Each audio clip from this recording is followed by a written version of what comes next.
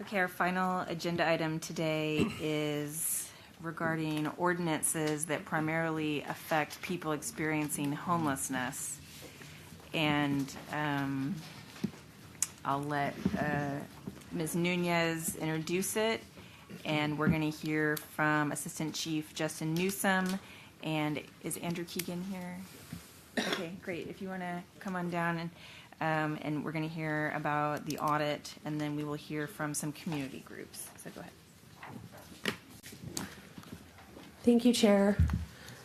I'm sponsoring this item because with recent talk about Austin's vision to end homelessness, there has been little public examination of city ordinances directly impacting the homeless.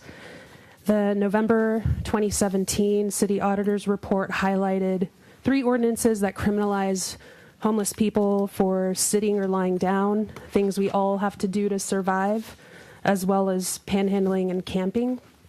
The audit found that these ordinances aren't an effective way to connect individuals to services they need, nor is it an efficient use of city resources. These ordinances do nothing to help end homelessness, and they make it harder for homeless people to get out of homelessness. Chair, do you want to hand it off to the speakers? And also, I did pass around a draft resolution that we can look at after the speakers present. Yes. So, well, let me just tell you what you have here in your packets. You have the auditor's report is at the end, and we're going to hear from Mr. Keegan about that. You have the city manager's memo on this issue, and right behind that, the proposed change to the solicitation ordinance. And then we have a PowerPoint from the Texas Fair Defense Project on the constitutionality of these ordinances. You also have a letter from the area commander of the Salvation Army, and I'm about to pass around another letter that is from the executive director of Caritas. Okay.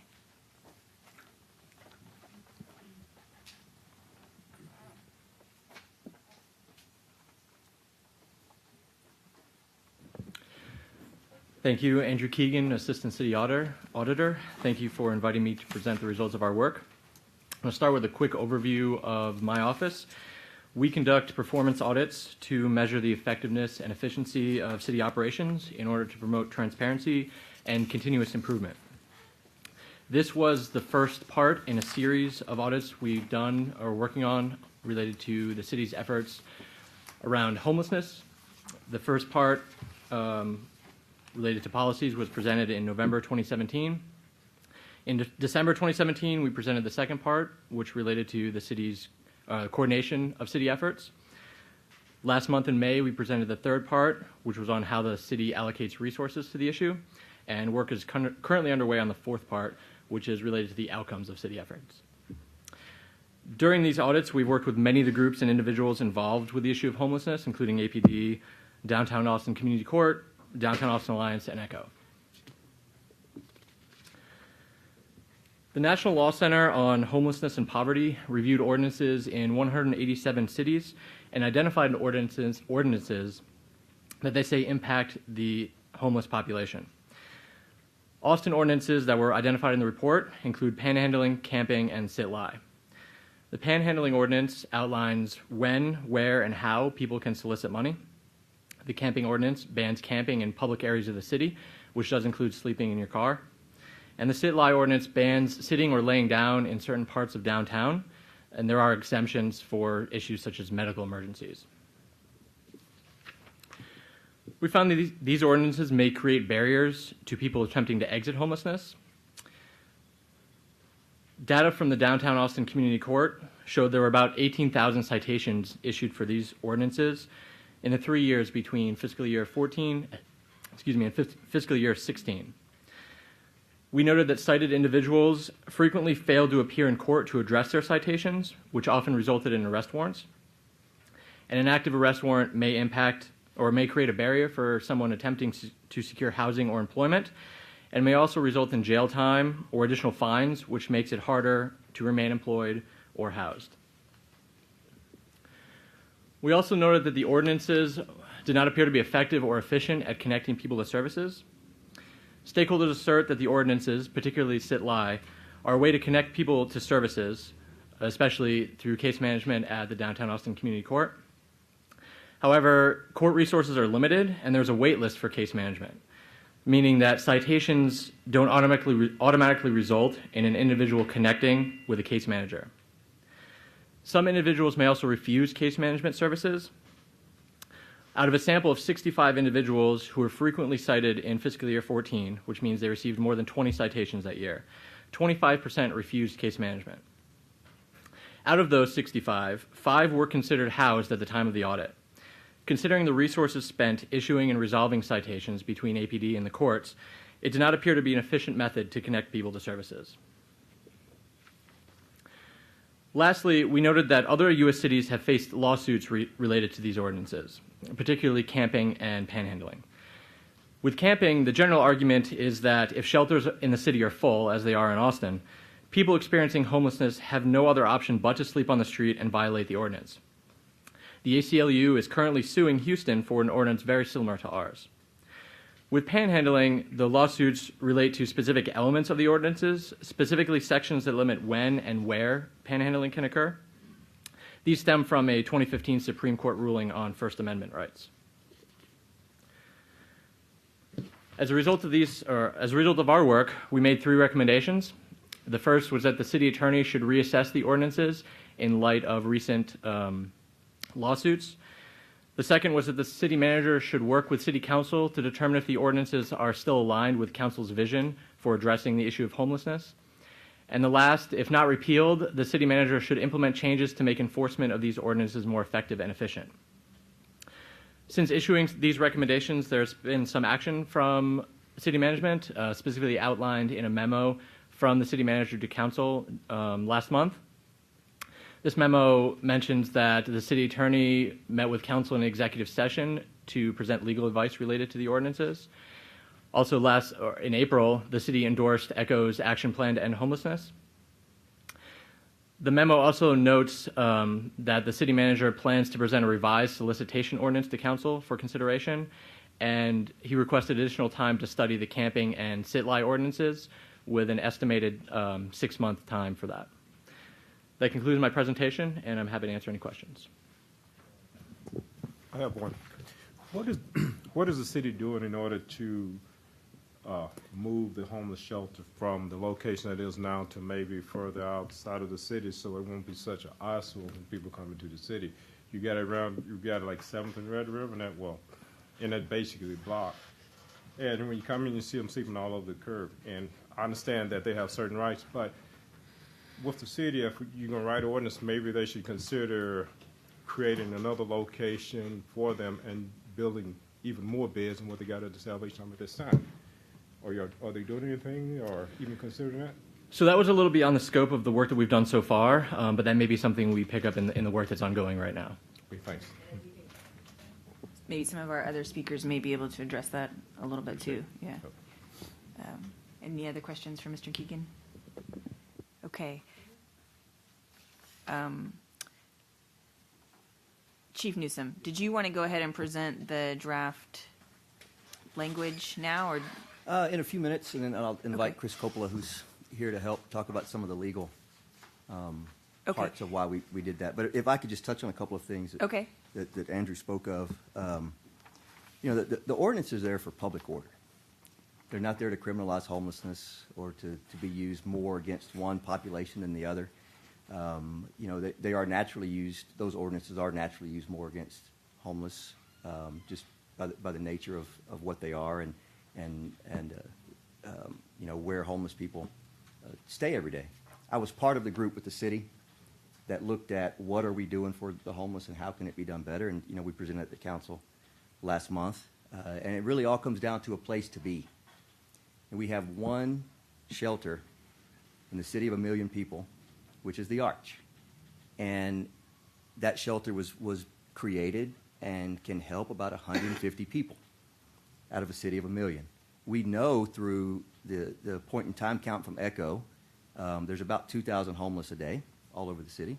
But that number varies widely depending on whose source of data. There's a different source that we have from our records management system. There's a different source that Central Health has. So somewhere between 2,000 and 9,000 people a year are homeless in Austin based on all of that data. And we have a shelter that's made for 150. So there is a definite lack of space for the most vulnerable in our community. To Chief Holt's point, the way things look around the arch is prima facie evidence that we don't over-enforce these ordinances. Because I could get on my radio and clear that space out in the next 5 minutes, but we choose not to do that because where else are these human beings going to exist? And as officers all over the city encounter homeless people based on complaints from the neighbors in those neighborhoods. Or businesses, right? Or businesses. That's where those encounters come from, are complaints driven by citizens. And so our officers respond to those locations. And they enforce existing laws. And they clean up camps. And they tell people, you can't be here. And the natural response to that is, well, where can I be? Well, the homeless shelter's downtown. And so, if we were to reverse that, we would have to go to the arch and tell the people there, you can't be here, go back to the neighborhood you came from. Which is just not reasonable. And in the city of 1 million people, we need more places for people to be. Housed would be great. In the end, if all of our homeless population could be housed, there'd be no need for ordinances such as these. We repeatedly get complaints from convention, business, and visitors about being panhandled downtown. If we didn't have an ordinance against camping, then the front steps out here at City Hall and this space out front could be completely filled with tents and people living there. And the only recourse would be arresting them for criminal trespass, which is a Class B misdemeanor. City ordinance violations do not appear on criminal history checks. They don't appear on the ones that I can run. They surely don't appear on criminal history checks that prospective landlords can gain commercially from Texas DPS. If you arrest somebody for criminal trespass, that follows them forever. And so there are some unintended consequences of getting rid of these three ordinances. Sit and lie. 2014 we instituted a 30-minute warning rule. And so because of that, we don't write a whole lot of sit and lie. We ask people to get up and move along. In the absence of that, there's Texas Penal Code 42.03, obstructing a highway or passageway, which again is a Class B misdemeanor and could have a worse effect on people who are arrested for those things if they don't move. And so there are some advantages to the ordinances. They're not perfect by any means, and I agree with the pastor that human beings should not be penalized for their situation. But these ordinances are a tool to help maintain public order. And although, as Andrew said with the audit, are they an effective tool for connecting people with services? Well, it's just a lack of services that prevent it from being effective. In my opinion, and others could have their own and weigh in on that. But the community court helps a lot of people every year. And they do have a waiting list. But the number they would help without these ordinances is zero, at least for the ones who are interjected in that system because of this ordinance. And so although the services available for the community court are not perfect, they're better than nothing. And they connect a lot of folks, and there's people here that can speak to that if need to be. And so it's not as simple as just simply decriminalizing homelessness. It all comes down to a lack of shelter space and a place for the homeless neighbors to be. And that's what was presented to council back in April, I think, whenever we did that. And those numbers were identified. So, Chief, will you just give us a little bit of your experience with the department? How you've been over downtown. How many years have you been focused on this issue? Yeah, well, I've been with APD for 21 years, focused on this for the last two, very heavily. The host team, which is heralded, all over the place, that started from us. The host team was a police initiative. It's expanded now where EMS is the primary holder of that. and integral care has a big piece of it, but that was ours.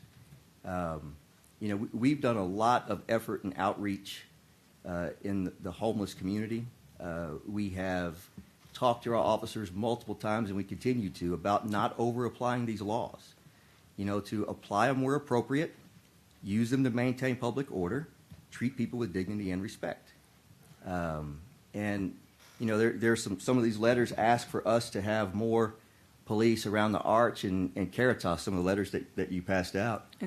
Commissioners, that's the letters from the Salvation Army and Caritas. And we did a pilot there back in about this time last year, and things were different when we were there.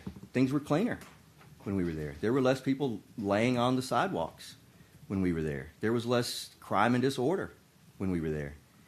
But those complaints went up at the Terrazas Library, where we recently, had some dealings with the problem there. The complaints were up all along Red River from the business community of that when we were there and just the presence of our uniforms made people uncomfortable and made it where they didn't want to be there anymore. So they moved from those sidewalks to behind businesses and behind buildings. And again, it all comes down to, how can we find a way to humanely help the most vulnerable among the homeless population? And the ones you see downtown are. You've all driven around and seen homeless people at Lamar and 360, panhandling and other intersections in the northwest part of town, and they fly their sign and then they go into their camp that's in the woods that nobody sees because they're self-sufficient. They're very self-sufficient. But most of the people, and this is my experience, downtown, they don't possess that self-sufficiency. They are mentally ill to a degree where they can't, provide for themselves like some of the other ones do out town. And so there's always going to be a need for, the most sick, the most troubled, to have help and services. And what we give them is totally insufficient. And everybody knows that in this town. And so we're stuck in a bad spot because... And by we, do you mean the police department? By we mean the police department. Because, we are beat up from the business owners downtown and the residents in various places. Why are you letting these people just sleep on the sidewalks? Why are you letting this eyesore continue at the Arch? And my response is, well, where do we tell them to go? And if you were to, ask around, who wants the homeless shelter in their neighborhood, there's the NIMBY crowd exists that doesn't want it. But these are human beings who are at their worst from situations that's not of their choosing, and there's nowhere for them to go.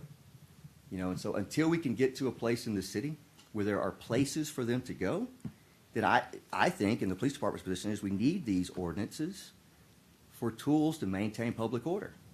Without it, you could have both sides of Congress Avenue from the river to the Capitol lined with tents. And all we could do is walk around them just like you because there's no law that says they can't be there. Okay. I'm sensing an attorney. Your attorney senses are well tuned. Okay, and since you're down here, Emily, Garrick, do you want to come on down as well because she's also going to speak? I don't need to speak. Okay. My name is Chris Coppola. I'm here with the City of Austin Law Department. I'm here at Chief Newsom's request to answer questions about the effects of the proposed changes to the solicitation ordinance.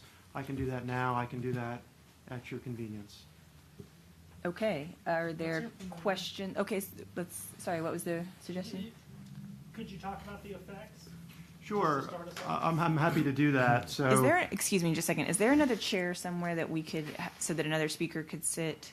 I see one here.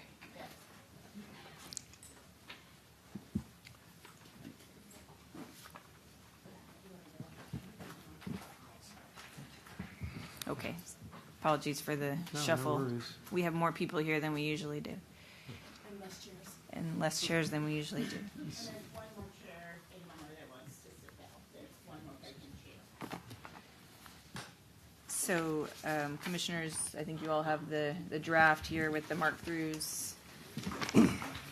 So I would say overall that the intent of the proposed, and these are of course just proposed revisions to the solicitation ordinance, is to really focus on it totally eliminates the prohibition on what was previously just ordinary solicitation. Ordinary solicitation currently is illegal in the downtown area between 7P and 7A in the city of Austin.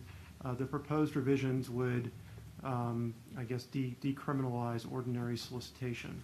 The proposed revisions would also limit the areas where aggressive solicitation per se is illegal. It would focus on areas where certain publicly accessible areas where people might have to be, where they have to wait, say at businesses, in the lobbies of apartment buildings, near banks where people might feel particularly vulnerable to aggressive solicitation, on a bus, areas like that. The definition of aggressive solicitation is not really changed. The big change in terms of aggressive solicitation is that would no longer be blanketly illegal in designated public forums, so on sidewalks, streets, and parks. Aggressive solicitation per se would no longer be illegal if this were adopted in its current form. There are, of course, other laws on the books that would continue to criminalize a lot of the behavior associated with aggressive solicitation. That might be assault, might be blocking a passageway, it might be disorderly conduct. Those things would, of course, would continue to be illegal. Those are the main changes associated with this proposed revision. Okay, let's hear from Emily Garrick from the Texas Fair Defense Project about the constitutionality of the 3 ordinances that Mr. Keegan brought to our attention. And I do have a PowerPoint if Turn on your microphone, if you will, please. Okay. There you go. You're on. all right. So I do have a PowerPoint if that can be pulled up that I had sent. Or the name is Ordinances Criminalizing Homelessness Constitutional Issues.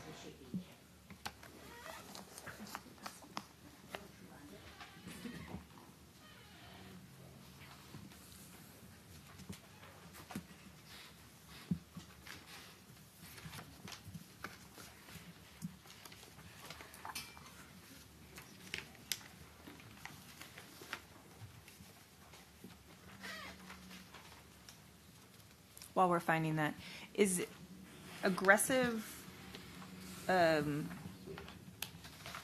is aggressive defined? Aggressive is defined in the current city code. Okay.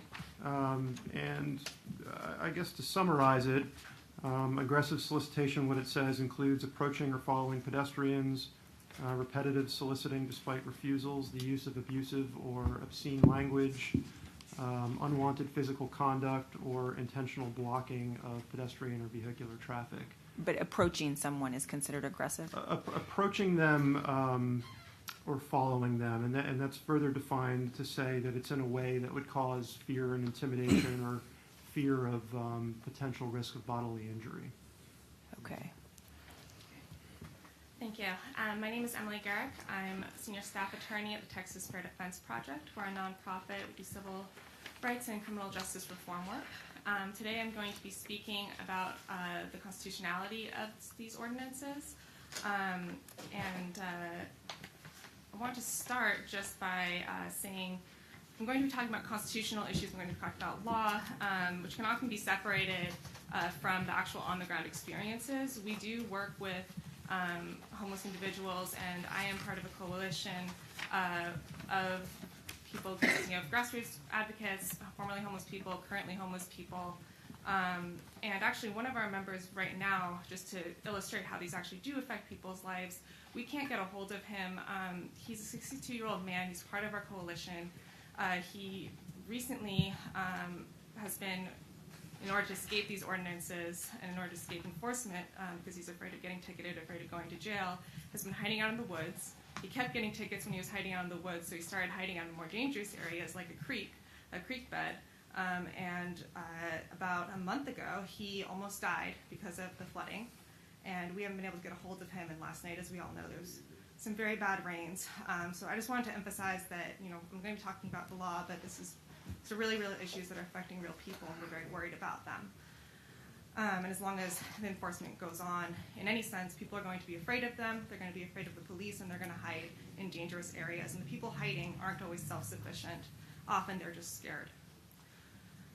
All right, so the three ordinances, they've been discussed. There's no solicitation ordinance. The language of this ordinance limits its scope to aggressive solicitation, but in practice, people are commonly cited for just normal panhandling.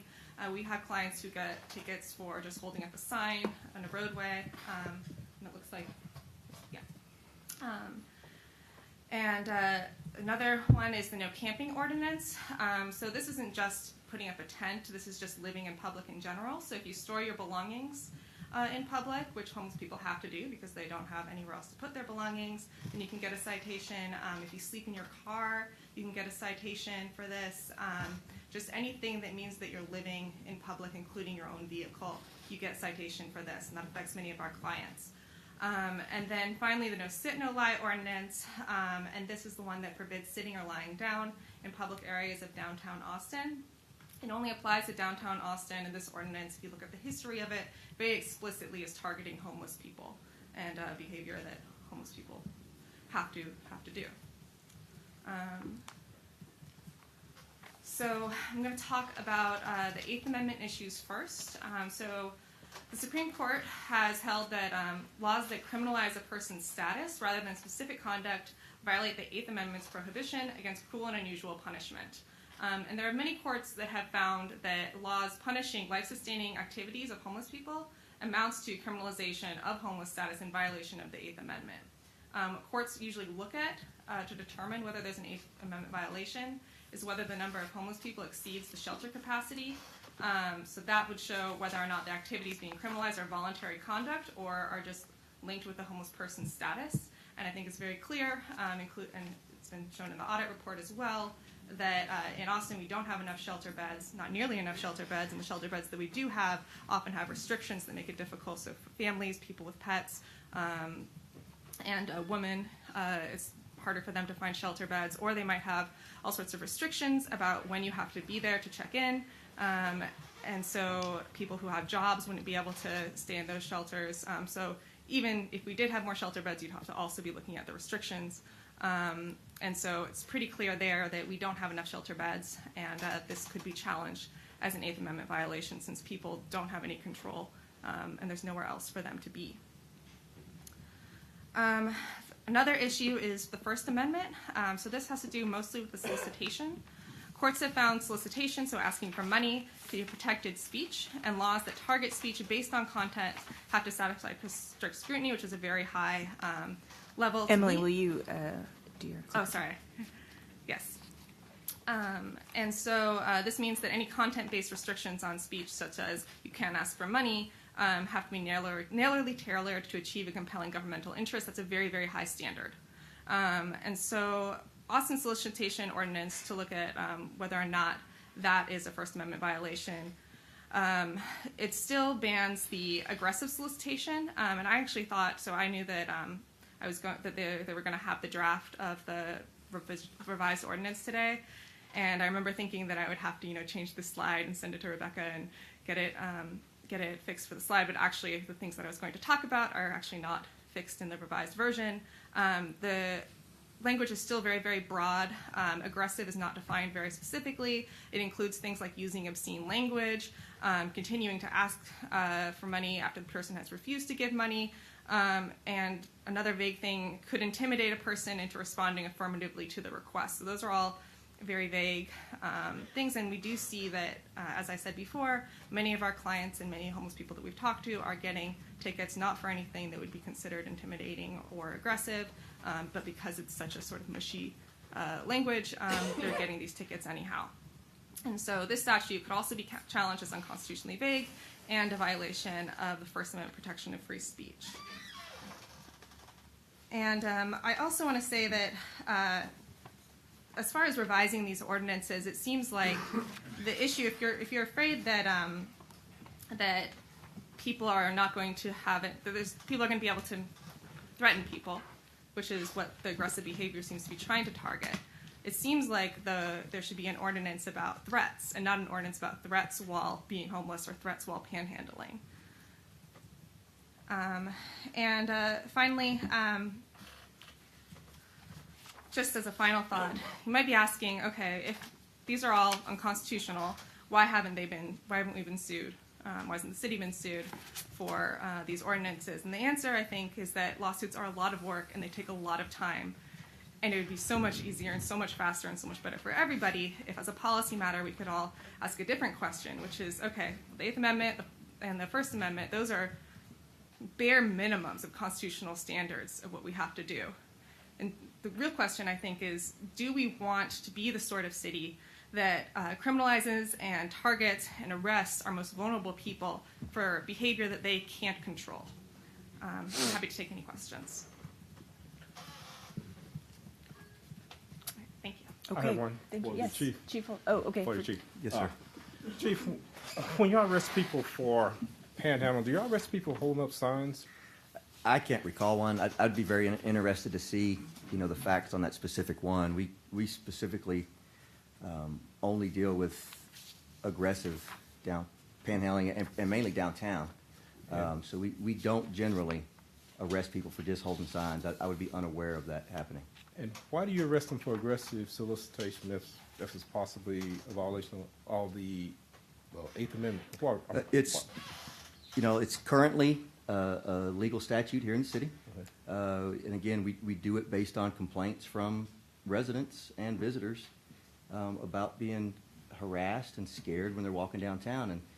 And, just last week, we had officers in plain clothes walking down the street and enforcing the law, calling in officers in uniform as they were being repeatedly followed, cussed at, and a variety of different actions and behaviors from people who were asking them for money, and they'd say no. So it creates fear, right? Aggressive? It does. It creates fear. I just want to be sure. We get those complaints very frequently downtown. Thanks, sir.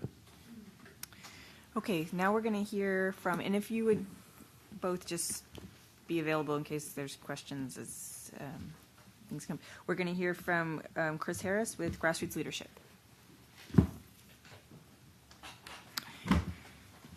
And Bill Bryce, if you wanted to come and sit, we'll hear from you next.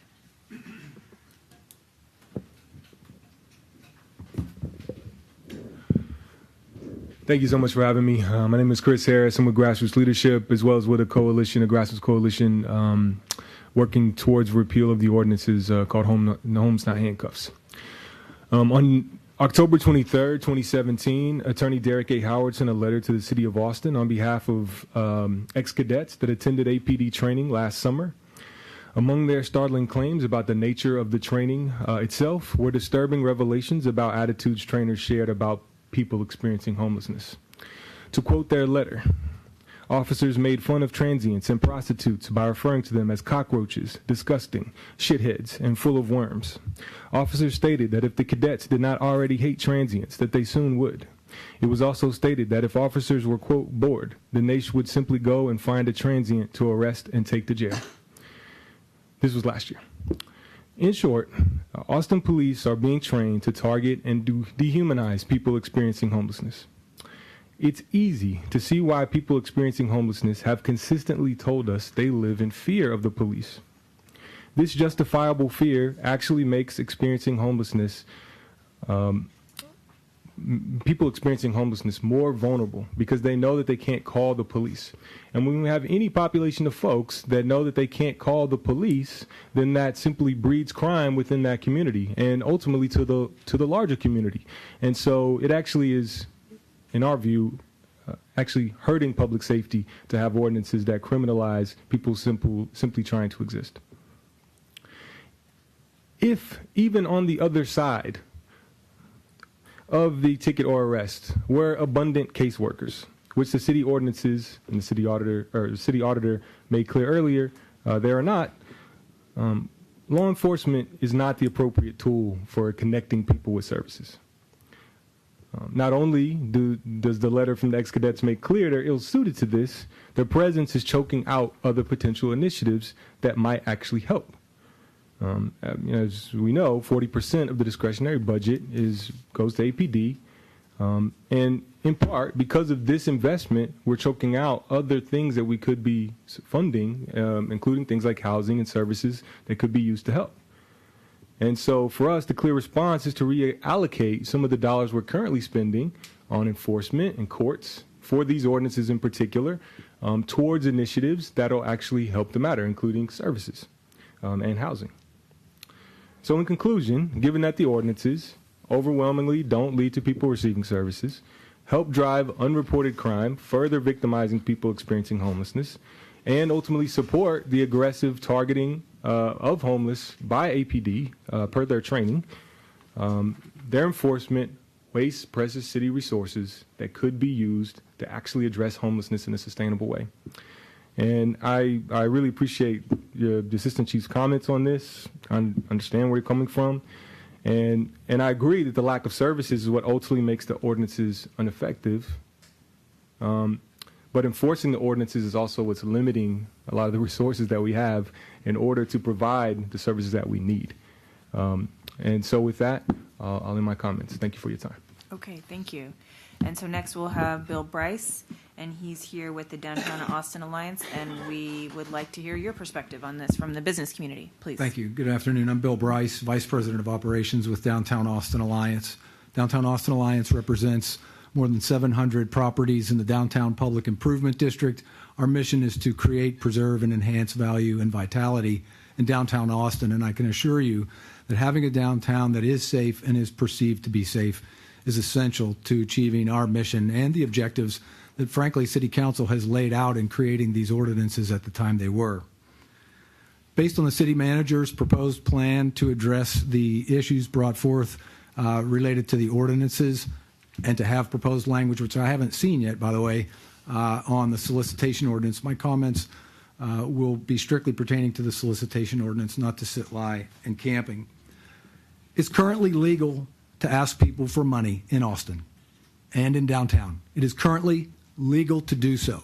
You can't do so in ways that are described in the ordinance as being aggressive. The current ordinance bans aggressive solicitation, and City Attorney Coppola addressed what some of those factors are, but they include intentionally touching or making physical contact with people, following a person, continuing to solicit, and repeatedly asking after you've been refused money or services that are being solicited, blocking a person's safe passage, using obscene or abusive language, approaching a person in a manner that is threatening. And as has been indicated, the ordinance also restricts different places where people have to wait, places where it's obvious that people might have money if you're at an ATM, near a bank, people at crosswalks or at bus stops. This is about protecting everyone's rights to enjoying the public space safely. That also is stated in the preamble to these ordinances. Council finds that, and that's what they're trying to protect, as well as people's rights. It's also stated that these ordinances are not intended to violate anyone's constitutional right. It's about addressing real public safety concerns and protecting people from abusive and intimidating behavior. It's not just about people being asked for money.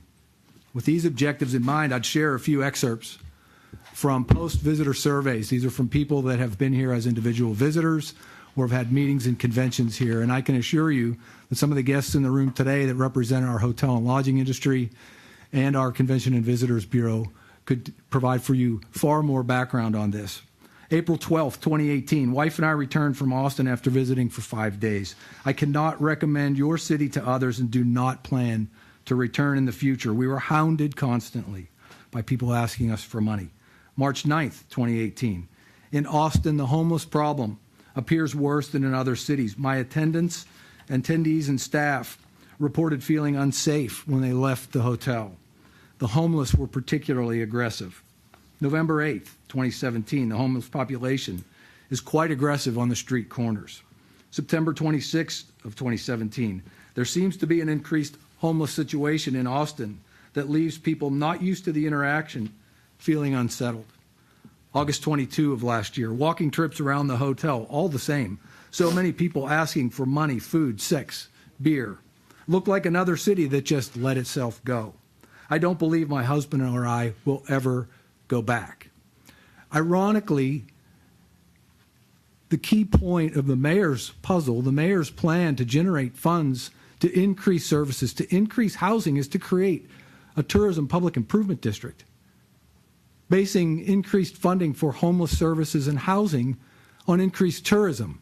I think this is a clear case of if we build it, they may not come, when these are the post-conference, post-convention, and post-visitor surveys that we have coming out of Austin regularly, and there are many more. Downtown Austin Alliance plays a strong leadership role in helping to address homelessness. We need to do that because we, frankly, have the greatest density of the homeless population of anywhere in the city. Point-in-time count data from 2017 showed that having approximately 500 people sleeping inside of Arch and Salvation Army, within a quarter mile we had 176 people sleeping unsheltered, more than 300 people in the downtown area unsheltered. That number is one point in time, as has also been identified here today. The actual number of homeless people in our community in any given year exceeds 7,500 individuals who access different homeless services, unique people in a given year. Our numbers that come from APD and come from Central Health show that those numbers range even higher, between 10 and maybe 12 or 13,000 people. But this is a problem for downtown. We not only have the greatest density of the population, we have the most services. Arch represents one of the biggest failures of our community to address this problem. And to Commissioner Holt's question, and as Chief Newsom indicated, who would want homeless services in their community when in everyone's mind's eye they see what lies outside the Arch every single day? Would anyone want that in their neighborhood? Would you want that in yours? I would much rather in my neighborhood have people who are homeless housed and provided appropriately for. This issue is about public safety. It's about protecting people from fear and intimidating behavior. It's not just about people being asked for money. It is legal to ask people for money or services or goods in Austin and in downtown. It's critically important that whatever we do in this regard is carefully weighed and measured. A balanced approach is needed. Part of our role at Downtown Austin Alliance, because of the fact that police services have not kept pace with growth and, frankly, with concerns about growing disorder in downtown Austin, we pay for APD to employ 2 overtime officers at $63 an hour to work 12 hours a day, 7 days a week. They are under the direction and control of the police department, not the Downtown Austin Alliance. But we provide these additional resources because of the growing concerns downtown. We know from those overtime officers, we have data to demonstrate it, that the officers first ask people to comply with the ordinances. They're not out there writing citations, and that's another important distinction. People are not arrested for violating these ordinances unless an officer finds another issue that person has going on once they've identified them for violating these ordinances. These are citation-only offenses. They were not made to get people into services. That's community court's role. But that data shows that 96% of the time when people are asked to comply, they do. What's missing is appropriate shelter, a place people can be during the daytime, during the nighttime, resources for people who are homeless and have other barriers, mental health and substance abuse issues among them, to be gainfully employed and to be housed. We would ask that you be very careful and weigh your recommendations carefully that you would make to your respective council members on this issue. I thank you for your time and attention, and I'd be happy to answer any questions you may have. All right, thank you, Mr. Bryce. The final speaker on our list here is Ed McCourse. Are you here? Yes. Great, thank you. And you are here from ECHO. Yes. I'm here. I'm on the board of ECHO and have been involved with ECHO for since 2008. And I get the advantage of being your last speaker because I don't need to really tell you what you've already seen, which is it's complex, right? I mean, if there were an easy answer, we'd have thought about it a long time ago. But I was down here 7 or 8 years ago, the last time these ordinances became a big issue, but it was from the other side. It was the business community that was clamoring to make them stronger. And at that point, our response was, you're dealing with the wrong issue, right? You're dealing with a symptom and you're pretending like you're going to solve it with an ordinance that deals with whether it's solicitation, camping, sit-lie. what we need to be focused on is how to not have people who need to sleep on the streets, not have people who don't have a place to go. And, I've heard a lot of talk about shelters, and I've heard a lot of talk about other things. We at ECHO have spent a lot of time thinking about that. We gave the city a plan to end homelessness that's an expensive plan, and it's not a short-term plan. And it's not really going to call for a lot of extra shelter beds because what the evidence will show you, the best practices will show you is temporary shelters are not the way to get people into housing successfully over the long term. It takes outreach, it takes the availability of housing, it takes getting them quickly off the streets and into housing. But so when we're talking about this issue today, my main concern is avoiding the law of unintended consequences. Our goal is to work with landlords to help people get housed. If a part of a change makes that harder, because it does do what Chief Newsom suggests it might, which is it might lead to Class B violations rather than Class C violations, I'd want to know more about that before making that decision. I have no doubt that these ordinances could be improved. They might even need to be eliminated altogether. But what I do know is that making a decision based on anecdotes, of which we've heard several, is the wrong way to do that. While I was outside, you guys were talking about evidence-based policing. And that's kind of what needs to come into play here, is going and looking at the statistics that have been thrown up, looking at what's going on, and figuring out if we have people being arrested for those Class C misdemeanors, is it because they had a bunch of warrants for not going to community court because they've gotten a bunch of other ones? Well, if that's the case, there's probably a good way to address that helps get them into the system. As was pointed out, we have a wait list of people trying to engage in services, not just at community court, but throughout our system. So this is not going to go away one way or another. So from our standpoint, from the ECHO standpoint, we don't have a position on these other than they're not a tool for solving homelessness. And whatever we do, we'd ask that it be done thoughtfully and with a real look into the data and address the real issues that are a problem. Because there are problems on both sides of this. There are public order problems, and there are also challenges with how this ordinance could be enforced. Thank you. Okay, thank you.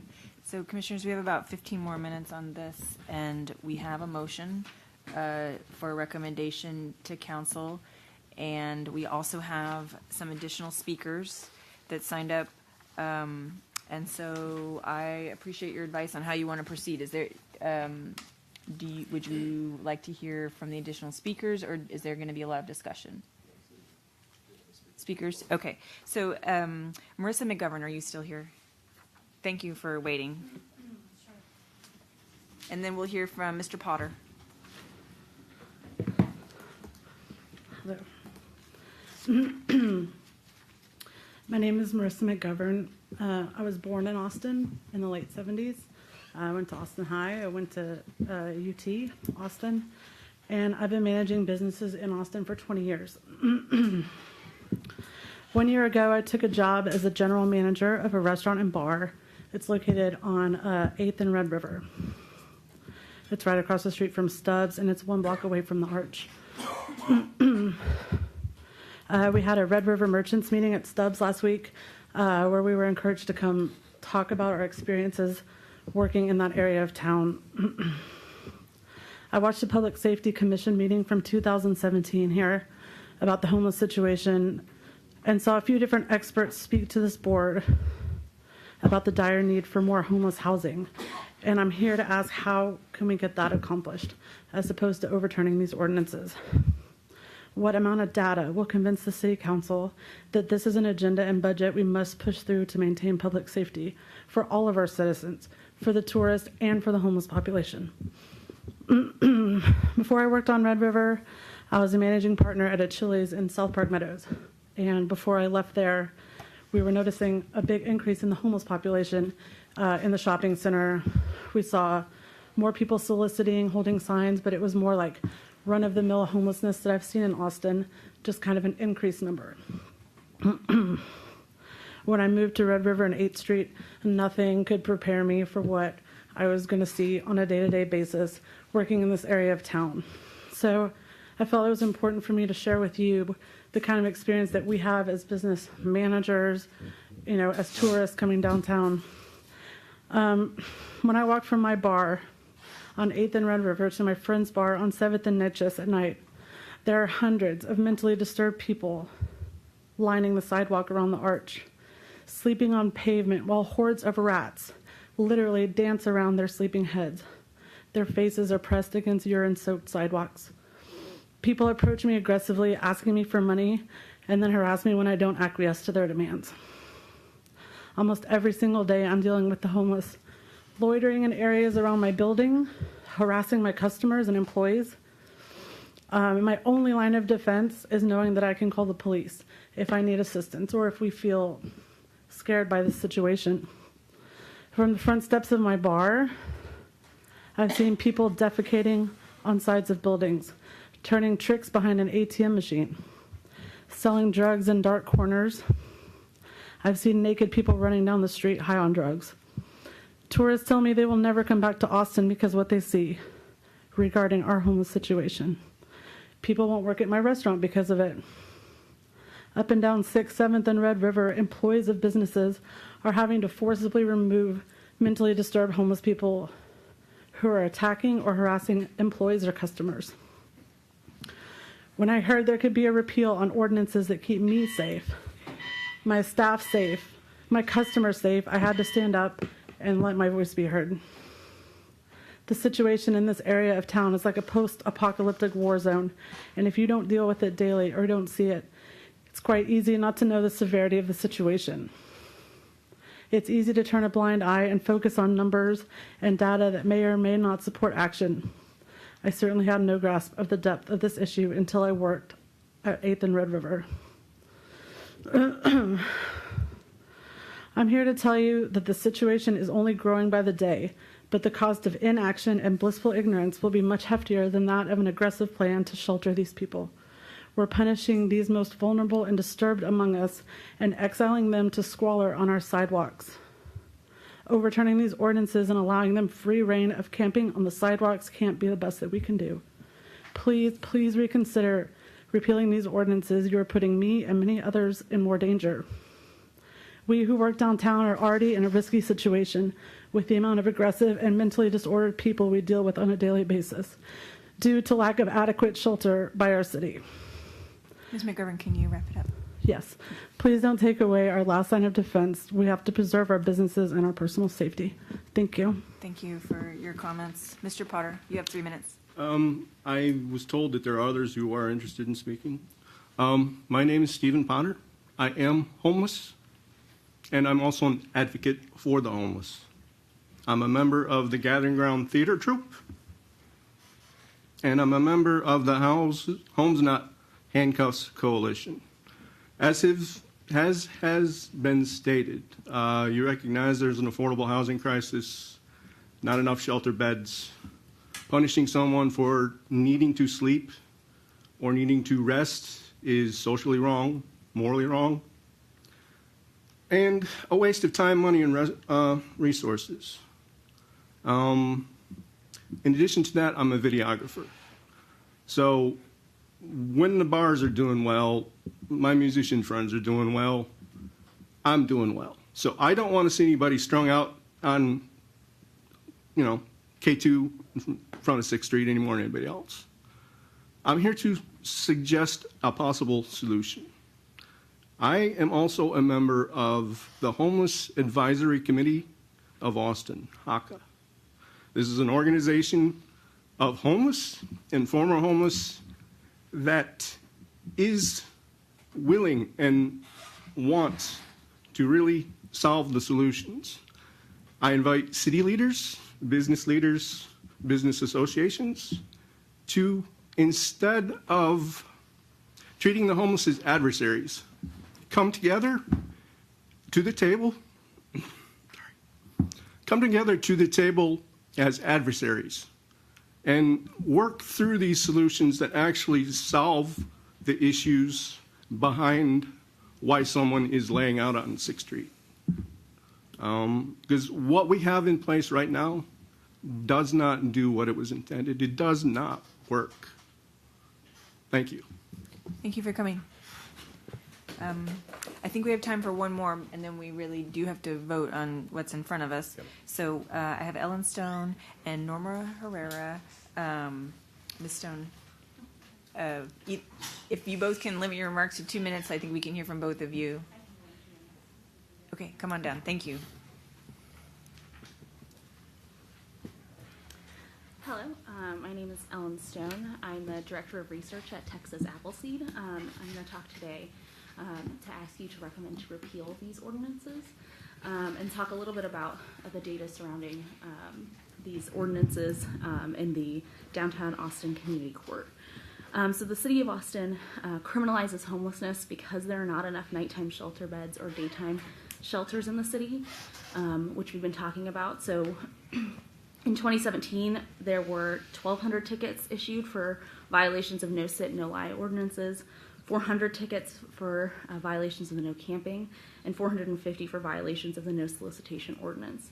So these ticketing end up punishing unjustly these innocent behaviors for homeless individuals and punishing poverty. It also exacerbates Austin's homelessness problems given the huge number of warrants issued. So these warrants can then prevent homeless people from finding housing and employment and keeping them in homelessness. So in 2017, 700 people were issued a warrant for failure to comply with a court order to pay fines, complete community service, or something similar by DAC. 2,100 people were issued a warrant for failure to appear. And once again, this is going to prevent people from finding housing and employment by having that warrant out for their arrest. Additionally, unnecessary warrants make our city less safe because it discourages individuals from seeking help from law enforcement when a serious crime is being committed, as we've heard Chris Harris talk about earlier. 1,400 people were arrested on warrants issued by DAC last year. And I also want to reiterate that this ends up clogging the court system and that these people are not actually accessing any services. And that if we were to decriminalize these ordinances, it would actually help more people access services. So for the DAC waitlist for services for non-frequent offenders, they are assessed based on coordinated assessment on mental health, substance use, and physical health. There are currently 111 people waiting on that wait list, and that wait list keeps them on there for about a year. For frequent offenders, they have a fast track, but for this you need at least 25 tickets. There are 14 people on that wait list, and that wait is about 6 months right now. And as of April, they are not accepting new cases. So again, people experiencing homelessness are not getting that access to the service. And one thing I really want to reiterate is that issuing a citation is not going to end homelessness.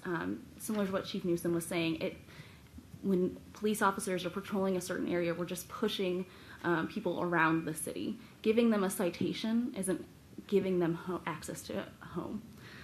We need to reallocate these resources and put them in places where we can actually safely rehouse people and make it so they're not getting criminalized by the system. Okay, thank you. Hello, my name is Norma Herrera. I'm an advocate at Grassroots Leadership. And in response to a comment made earlier that the ordinances aren't being over-enforced, I think we should really look at the experiences and the feedback from people on whom these ordinances are enforced. So to that end, I'll share some information that my group, in partnership with the Gathering Ground Troop that Stephen talked about earlier, we developed a survey project together, talked to about 80 homeless individuals across several churches, including Sunrise Church, University United Methodist, and the Trinity Center downtown. And so the idea was we wanted to see how people what it was like from their end, being on the receiving end of harassment, ticketing, and arrests.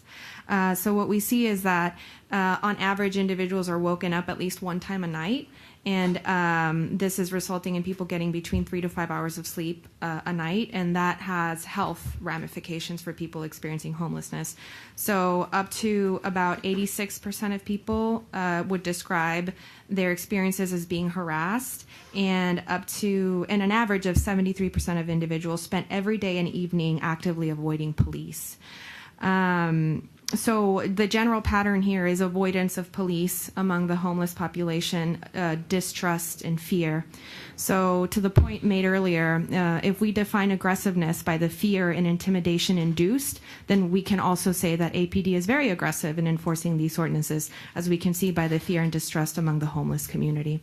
So to wrap up, I'll just read directly comments from people. We asked them specifically if you had anything to say to people who make these decisions, what would you say? I'd like to be allowed freedom to live my life, said one woman. There's not enough adequate housing or services to assist the homeless. These laws exaggerate that situation. Where do you expect us to sleep at? Was another comment. We are people too. We have a right to be able to sleep and sit down. We have rights as citizens too. Another comment. A lot of people have mental health issues and have given up hope on services. Getting tickets makes everything we have to deal with even harder. Please leave homeless people who have nothing alone. We're just milling around in your world trying to stay alive. Take your foot off our neck. We have nothing already. You want to take nothing from us. What do they expect us to do? Everyone has to be somewhere. Please help with jobs. People like me with felonies can't get jobs. Housing is the #1 thing to help people get jobs and a better life. Instead of punishing the homeless, you should offer resources. People should have a right to work instead of a criminal background. Thank you for your time. Okay, thank you very much. So, yes. One last comment, if y'all don't mind. You know, we look at the homeless situation around the Austin area, and there's something that the city can do, and whether they want to do it or not, the city can do a one-time bond proposal, build a large complex, 500 units or more, have the city to manage that complex, and sell the arch. That's one way to help out with the homeless situation. That's my view. Thanks. Mr. Scruggs.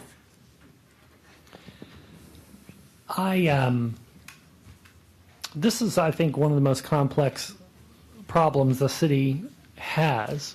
And one of those problems the city has failed to really address because I don't think the answer is that clear. I volunteered with ECHO on the point of time count, and the comment the chief made about there being different populations of homeless with different problems is very true, because out in the Southwest where I worked on the count, some very, very ill people, mentally ill folks, they really were just interested in hiding and staying away from people and worried about their safety, for example. And it was not a situation like you see around the Arch downtown or sometimes in West Campus. And it could be because those folks downtown and near West Campus, they aren't equipped to handle themselves. I don't know what the answer is there.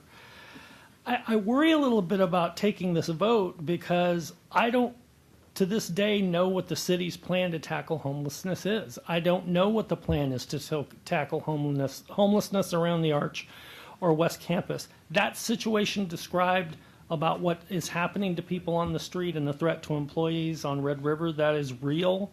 I've seen it. My wife used to work there. She's experienced it. It's been going on, and it is a real threat to public safety.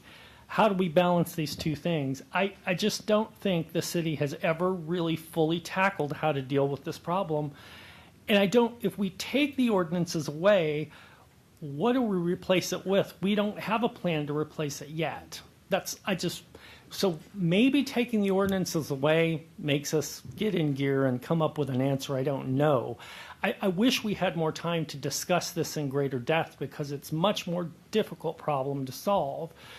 So I do have one question for the chief. You mentioned that there are mechanisms in the law, other mechanisms to prevent aggressive panhandling and so forth and some of these other things. Could you give me just a little more information? For example, on aggressive panhandling, if we repeal that ordinance, how would police address a situation like that? Some of the things we've heard described here today.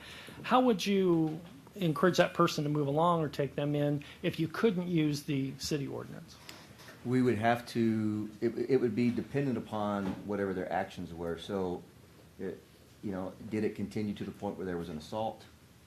And then we could take action. Is the person intoxicated on some substance that's causing them to act that way? Then we could take action on that. Is the person a danger to themselves or others, by which we could use the peace officer emergency commitment to have them committed involuntarily? And so the only thing we could do to address it would be enforcing another law that may or may not have happened yet if we're able to intervene because we do have this ordinance. And that would likely be a higher class of misdemeanor? It would be. How much more severe would the fine or the sentence be in a case like that? Again, it's dependent upon whatever law they violate. If it's an assault with injury, if they touch someone and it causes that person any level of pain, that's a Class A misdemeanor, up to and including a year in jail, on your record forever. If it's an assault by contact where it was just offensive to them, then that's a Class C misdemeanor, the same as the aggressive solicitation would be. And so it really just depends on whatever that behavior ends up being. But in the absence of the ordinance, we really have nothing. Would it be the higher class of misdemeanor then take that case out of community court? Would they be in a different system? So, yes. The only thing the community court handles are city ordinance violations, Class C misdemeanors. City ordinance violations and Class C misdemeanors that happen within the downtown area. So if a person is arrested for criminal trespass instead of camping, then that just goes to the state court. With no track for the person to be linked to services through the community court, like they are now. So in my opinion, people are better off to go through the community court than to go to state court, which is or municipal court, where they would go without. Has there been any discussion of somehow reducing, because we've heard the problem with fines with some of the Class C misdemeanors and warrants being issued, have we rethought somehow the penalties to not make that as punitive as it can be in some of these cases? So, setting fines and dealing with that's not really a police issue. But I can say that at the community court, a person might have 30 or 50 tickets, and very frequently the community court will dismiss every one of those if they'll just go to rehab this time. And I'm not saying that happens every time. There's somebody here from community court that could probably answer that better. But even though they may have a multitude of tickets, they're not prosecuted for all those. It's impossible. No one wants to. But those 50 tickets can be used as a bargaining chip for the judge to get someone to agree to engaging in some type of service. And that's done frequently. Thanks. If I can just clear something up. So we have a motion. It's not to repeal anything. It's basically asking the city manager be directed to seek more input and consider how the three ordinances that we've been talking about will impact trust between the police department and those experiencing homelessness, and then also directs the city to spend more money to solve this problem. And we don't have a second yet. Does anyone want to second this as we near the end of our meeting? Chief Holt wants a second. Great. So now we can have further discussion. Do you have this? Just yes, Okay. I just wanted to verify this. The resolution does not call for the repeal. It just basically calls for study. Okay. It call it not a study, but more input. More input. More input. Yeah. Would this come back to us at another time? It certainly can. I mean, so I would put this on the agenda as many times as you all want me to put this on the agenda, and Can we move to table it? to table this Yes. motion. I mean, it's a pretty complicated thing. It would probably need some revision before we vote on it, and it's after the meeting time. Does count? Want to stand up since I did draft this Sure. resolution. Yeah. And I wanted to remark on item 1 where we're talking about getting inclusion from people who are homeless. We heard from Mr. Potter today and others who work directly with homeless individuals, and I think that that's an important piece to this discussion. And I do want to acknowledge that the city manager has already started a process to get input from stakeholders. So this point just emphasizes the getting advocate homelessness input from people who are homeless or who were homeless. That's one point.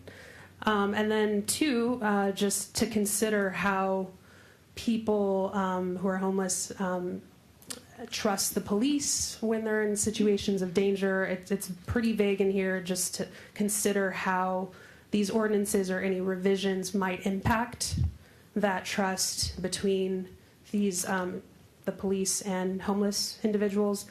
And then also, like we heard today, just it's extremely important to start thinking about proactive solutions that really look at social services. And we did hear that there is the action plan that was already adopted by council. So this really just provides a backing of looking in that direction. So instead of just looking at, police resources, it's actually looking at community-based resources for the homeless. Okay, so to answer your question, Dr. Landa, we could table this, but right now it's before us.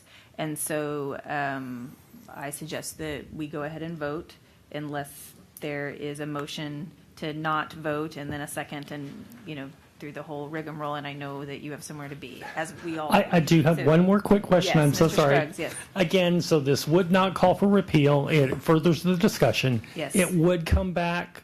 Can we ask that it come back to us again? I don't want council to then act on it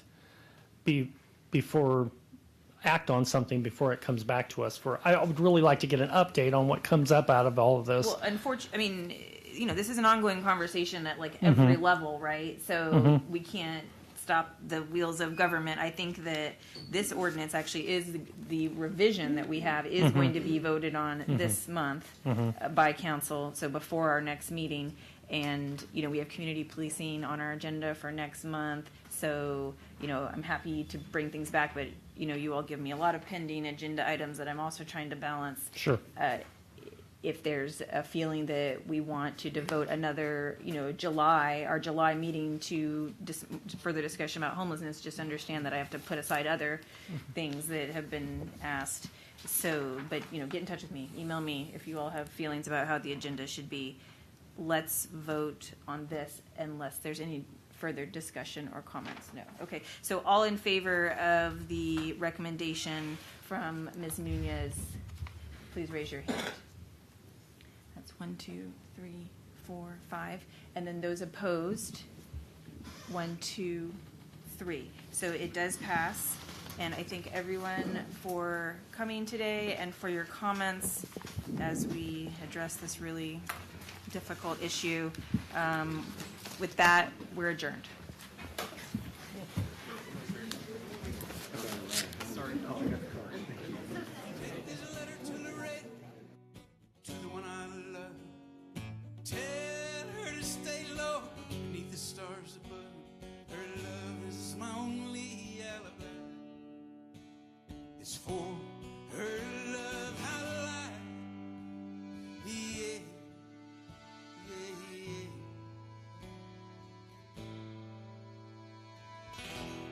Why did Frankie have to pull the trigger? Why did you have to hide?